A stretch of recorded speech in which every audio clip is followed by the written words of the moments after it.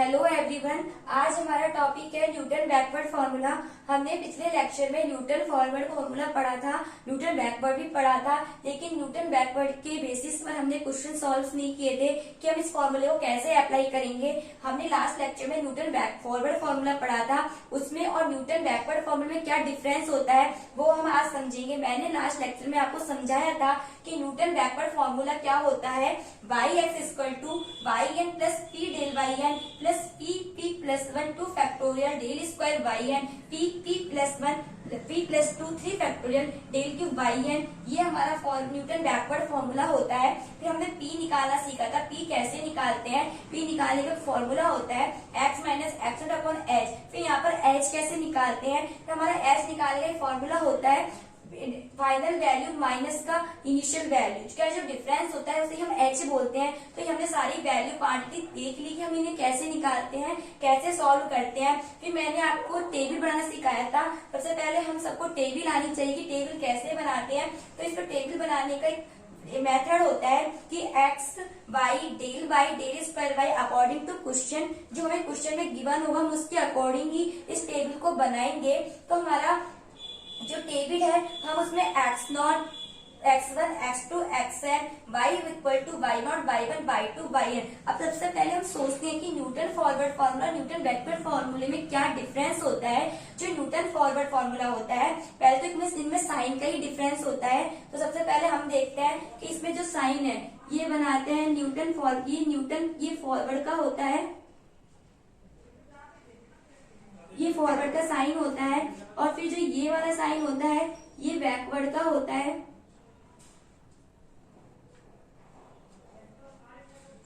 ये बैकवर्ड का होता है। सबसे पहले तो इनमें यही डिफरेंस होता है। हम इन साइनों का पता होना चाहिए कि कैसे कैसे क्या साइन लगाते हैं, फिर टेबल कैसे बनाते हैं। जब हमें नाम से ही पता चल रहा है जो फॉरवर्ड है मतलब ऊपर की तरफ और जो बैकवर्ड है वो नीचे की तरफ। तो ये बैकवर्ड है तो हम इसमें नीचे से स्टार्ट करते हैं और जो फॉरवर्ड फॉर्मूला है उसमें हम ऊपर से निकालते हैं। अब सबसे पहले क्वेश्चन आता है कि हम डेल वाई कैसे निकालेंगे, मीन्स फर्स्ट डिफरेंस कैसे निकालते हैं। तो फर्स्ट डिफरेंस निकालने का फॉर्मूला होता है कि जो Y one minus Y not निकालते हैं फॉरवर्ड के अंदर, लेकिन अब हम इसमें नीचे से वैल्यू स्टार्ट करेंगे वाई एन से।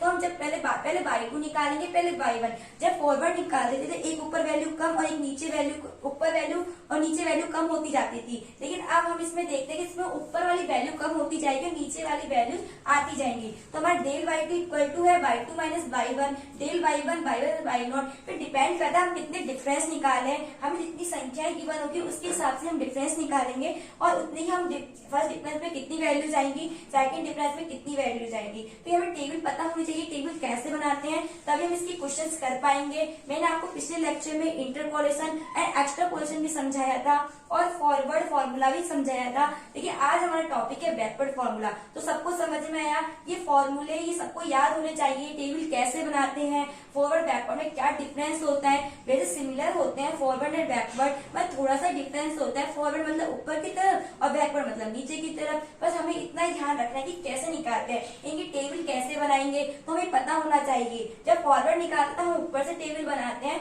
लेकिन जब हम बैकवर्ड निकालते हैं नीचे से टेबल बनाते हैं। और हम क्वेश्चन करेंगे तो हमारा और क्लियर हो जाएगा। तो देखते हैं क्वेश्चंस।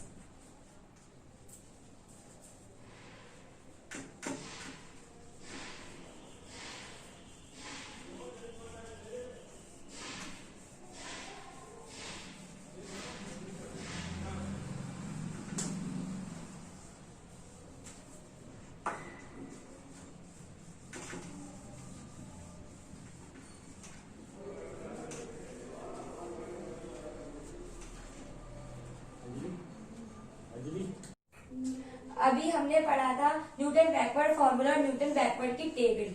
अब हम इसके बेसिस पे क्वेश्चंस करेंगे कि इसके क्वेश्चंस को कैसे सॉल्व करते हैं बैकवर्ड और फॉरवर्ड। मैंने अभी आपको समझाया था कि बैकवर्ड और फॉरवर्ड में क्या डिफरेंस होता है, इनमें क्या साइन में डिफरेंस है और क्या इनके फॉर्मूले में डिफरेंस होता है। तो अब हम इस क्वेश्चन को सॉल्व करेंगे। तो हमें क्वेश्चन में क्या गिवन है, क्वेश्चन है हमारा the population of a city in the decimal centre is shown as. तो ईयर दिया हुआ है हमें और पॉपुलेशन दी हुई है। जो ईयर है वो है 1891, 1901, 1911, 1921, 1931 और पॉपुलेशन हमें दी है 46, 66, 81, 93, 101 और approximation population of city in 1925। तो हमें 1925 की वैल्यू पूछी गई है, तो हम इसे कैसे निकालेंगे?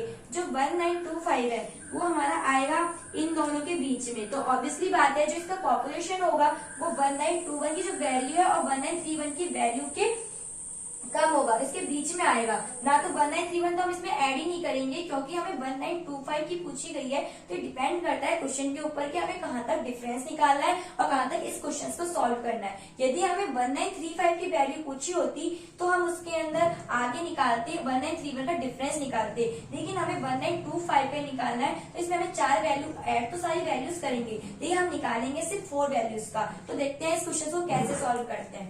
तो देखो हमारा इसका सॉल्यूशन है, इसकी पहले टेबल बनाएंगे। तो टेबल बनाना तो मैंने आपको सिखाया था, इसी टेबल कैसे बनाते हैं। हमें यहाँ पर एक्स है दिया है, ये ईयर हो गया, ये वाई यहाँ पे पॉपुलेशन है, फिर हम इसमें निकालेंगे डेल वाई। तो देखो एक्स हमारा क्या है 1891, फिर है 1901, फिर है 1911, फिर है 1921 और फिर है 1931। और हमारा वाई क्या है यहाँ पर 46, फिर है 66, फिर है 81, फिर 93, फिर 101।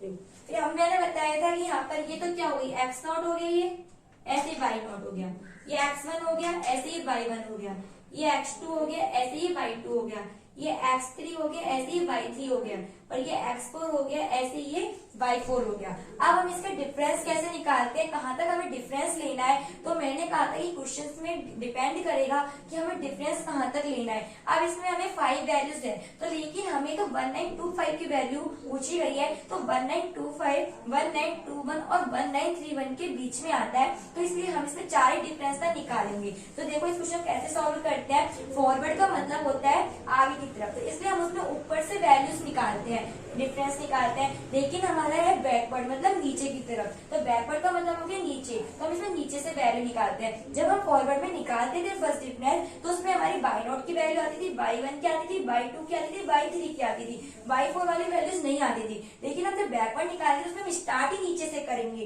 तो नीचे से करेंगे y4 की आएगी, y3 की आएगी, y2 की आएगी, y1 की आएगी, लेकिन y0 की वैल्यू नहीं आएगी। यही इनमें डिफरेंस होता है बैकवर्ड और फॉरवर्ड में। अब देखो इसमें कैसे टेबल बनाते हैं।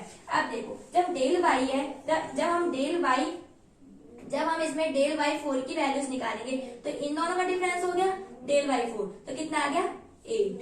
ठीक है, अब हम इसमें निकालेंगे, अब अगली कैसे किसकी वैल्यू आएगी हमारी, अब इन दोनों का जो डिफरेंस है वो क्या कहलाएगा हमारा डेल वाई 3, ये कितना आ गया 12।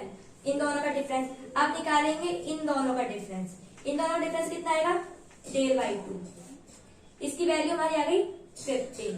अब इन दोनों का डिफरेंस आएगा, इसकी वैल्यू कितनी आएगी हमारी डेल वाई 1 इक्वल टू आएगी हमारी 20। लेकिन इसमें डेल वाई नॉट की वैल्यू नहीं आएगी, मैंने बताया इसमें हम नीचे से स्टार्ट करते हैं वैल्यूज ऊपर की तरफ, और जो फॉरवर्ड था उसमें ऊपर से स्टार्ट करते थे। अब इसमें अगला डिफरेंस निकालेंगे इसी तरीके से, अगली वैल्यू आएगी हमारी डेल टू वाई की। अगर डेल टू वाई भी नीचे से स्टार्ट करेंगे तो इन दोनों का डिफरेंस आएगा, ये हमारा क्या हो जाएगा डेल टू वाई 4, इसकी वैल्यू हमारी -4। जब इन दोनों का जो हमने डिफरेंस निकाला तो ये हमारी वैल्यू आ गई डेल टू वाई 3 की, तो इसकी वैल्यू कितनी है हमारी -3।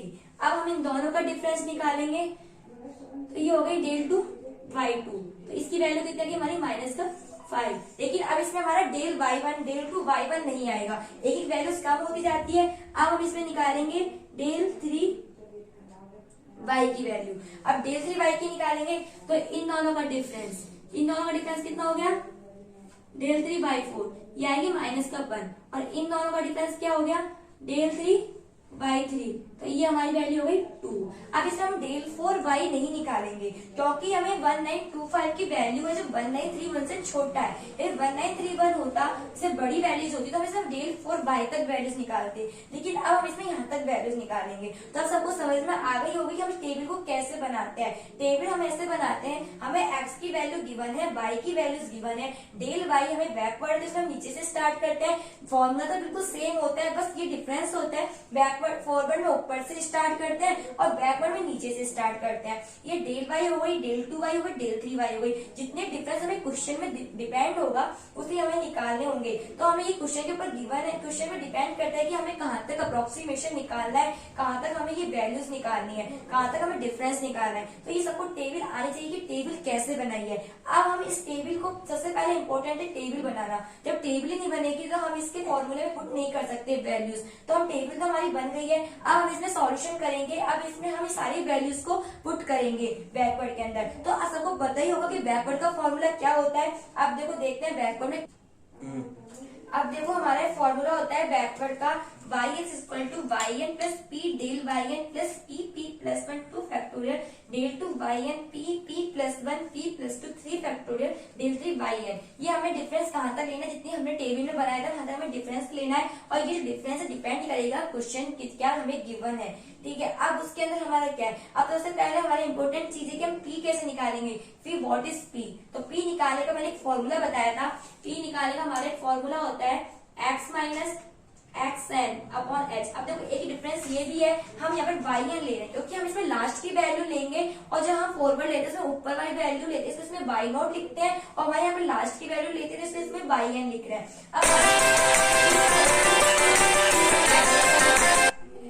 अभी हम समझ रहे थे कि p की वैल्यू क्या होती है। p की वैल्यू है x minus xn upon h। जब हम फॉरवर्ड में निकालते थे तो हम लिखते थे x minus x0 upon h, लेकिन यहाँ पर p की वैल्यू लिखेंगे x minus xn upon h। तो यहाँ पे x है 1925, हमें x जो क्वेश्चन में गिवन होता है, और हमारी xn की वैल्यू है वो है 1931 अपॉन h। और h आप कैसे निकाल सकते, बड़ी बात है कि h कैसे निकालते हैं। h का फॉर्मूला होता है x2 माइनस x1। तो हमारा x2 माइनस x1 कितना है 10। ये x2 माइनस x1 निकालेंगे 10 आएगा। तो अब हम इस वैल्यू को जब निकालेंगे तो हमारा आएगा माइनस का 6 अपॉन 10 बराबर का माइनस का 0.6। तो हमारी p की वैल्यूज आ गई। अब हम इस फॉर्मूले में पुट करेंगे p की वैल्यू। तो y हमें x क्या है 1925 की वैल्यू पूछी गई है, ठीक है। अब yn क्या होगा, जो सबसे लास्ट वाली वैल्यू होगी तो वो है 101।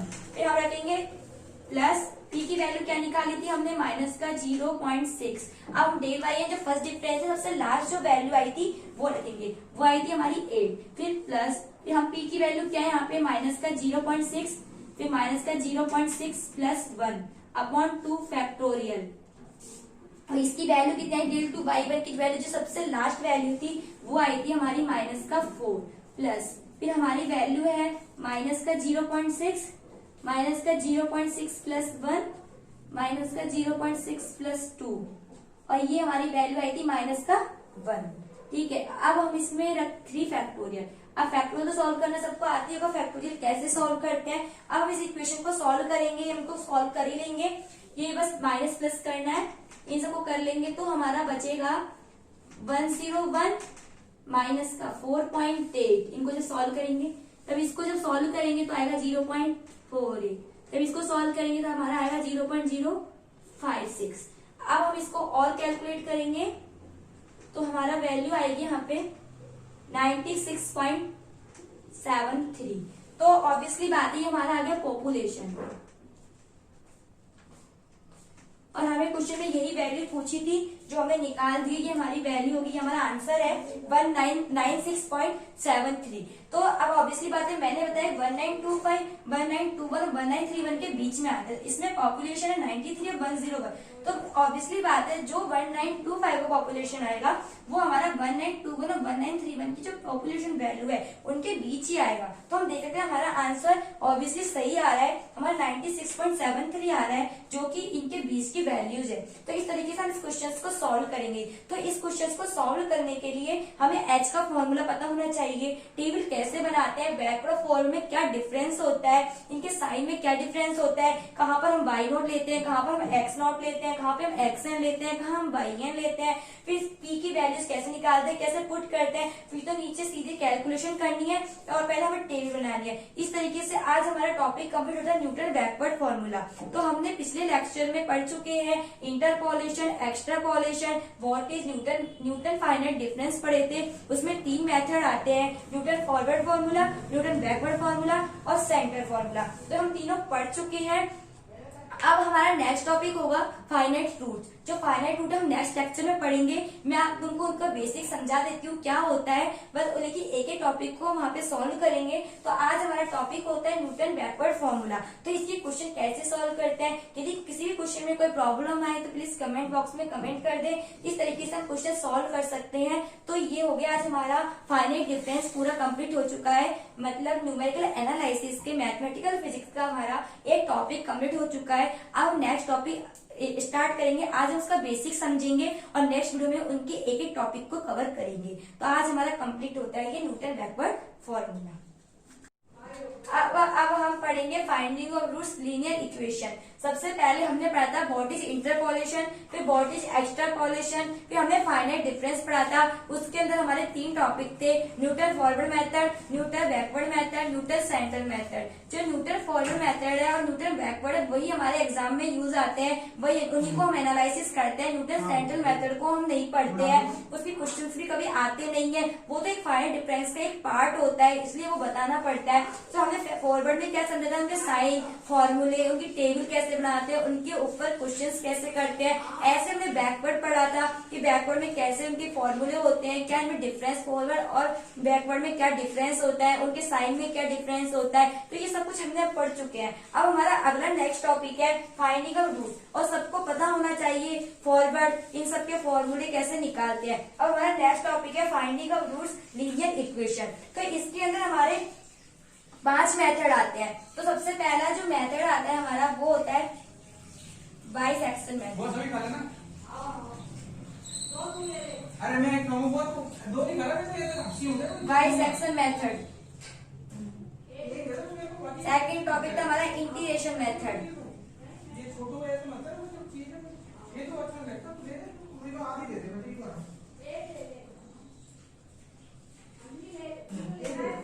एक मेरे को तीसरे टॉपिक पढ़ाता है न्यूटन रिएक्शन मेथड।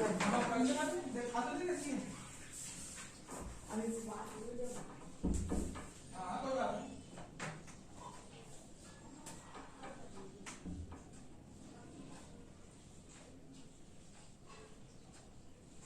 अगला है रुंगे-कुट्टा मेथड।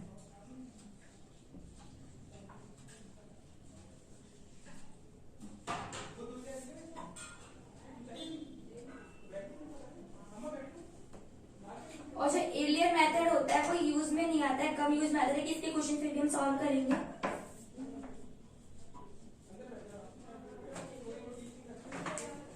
तो ये हमारे इस तरीके से हमारे 5 टॉपिक है। पहला है बाइसेक्शन मेथड, दूसरा है इंटीग्रेशन मेथड, तीसरा है न्यूटन रैप्सन मेथड, फिर है रुंगे-कुट्टा मेथड, फिर है एलियर मेथड। इस तरीके से फाइंडिंग ऑफ रूट्स के 5 मेथड्स होते हैं। तो सबसे पहले हम एक एक मेथड को पढ़ेंगे कि बाइसेक्शन मेथड क्या होता है, फिर पढ़ेंगे इंटीग्रेशन मेथड क्या होता है, फिर पढ़ेंगे न्यूटन रैप्सन मेथड क्या होता है, फिर रुंगे-कुट्टा मेथड, फिर एलियर मेथड, इनके फॉर्मूलेज क्या होते हैं, इनको कैसे सॉल्व करते हैं, कहाँ तक हमें इनमें डिफरेंस लेना है, कहाँ तक हम इसमें रूट्स निकालते हैं। ये बहुत इंपॉर्टेंट है। ये एमएससी में भी पार्ट आता है, इसका बीएससी में भी बहुत यूज है। बीएससी में मैथमेटिकल की जो सेकंड ईयर की बुक आती है ये मैथ में बहुत यूज आता है। न्यूमेरिकल एनालिसिस की बुक है बीएससी के अंदर, उसमें यूज आता है। और जो एमएससी के अंदर मैथमेटिकल फिजिक्स है उसके अंदर भी सब मेथड का वर्णन एनालिसिस किया गया है। तो अब उस तरीके से हम सब मेथड को पढ़ेंगे। तो अब इन सब मेथड को कैसे क्या निकालते हैं, कैसे रूट्स निकालते हैं। तो हमारे फाइंडिंग ऑफ रूट्स में ये 5 टॉपिक्स है। बाइसेक्शन मेथड है, इंटीग्रेशन मेथड है, फिर न्यूटन रैप्सन मेथड है, फिर रुंगे-कुट्टा मेथड है, फिर एलियर मेथड है। इन 5 टॉपिकों को पढ़ेंगे, इनके कैसे क्वेश्चन सॉल्व करते हैं, इनमें क्या डिफरेंस होता है, कहाँ तक हमें रूट्स निकालने होते हैं, कौन सी पॉजिटिव वैल्यू लेते हैं, कौन सी नेगेटिव वैल्यू लेते हैं, इन सब क्वेश्चंस को हम निकालेंगे। तो अब हमारा जो नेक्स्ट लेक्चर होगा वो होगा फाइंडिंग ऑफ रूट्स के ऊपर। तो हम फॉरवर्ड फाइनाइट डिफरेंस तो पढ़ चुके हैं, अब हम पढ़ेंगे फाइंडिंग ऑफ रूट्स। उसमें हम पांचों मतलब एक एक करके एक मेथड को पढ़ेंगे, उनके क्वेश्चन सॉल्व करेंगे। तो आज तो हमने पढ़ा बैकवर्ड और फॉरवर्ड, ये सब कुछ पढ़ा था। तो आप एक बार मेरी लास्ट वीडियोस देखिए, उनमें सब कुछ समझाया हुआ है फॉरवर्ड। यदि कोई भी समझ में नहीं आया तो प्लीज कमेंट बॉक्स में कमेंट करें, और ये सब मैटर हम नेक्स्ट वीडियो में पढ़ेंगे। Thank you so much for this my channel. Thank you.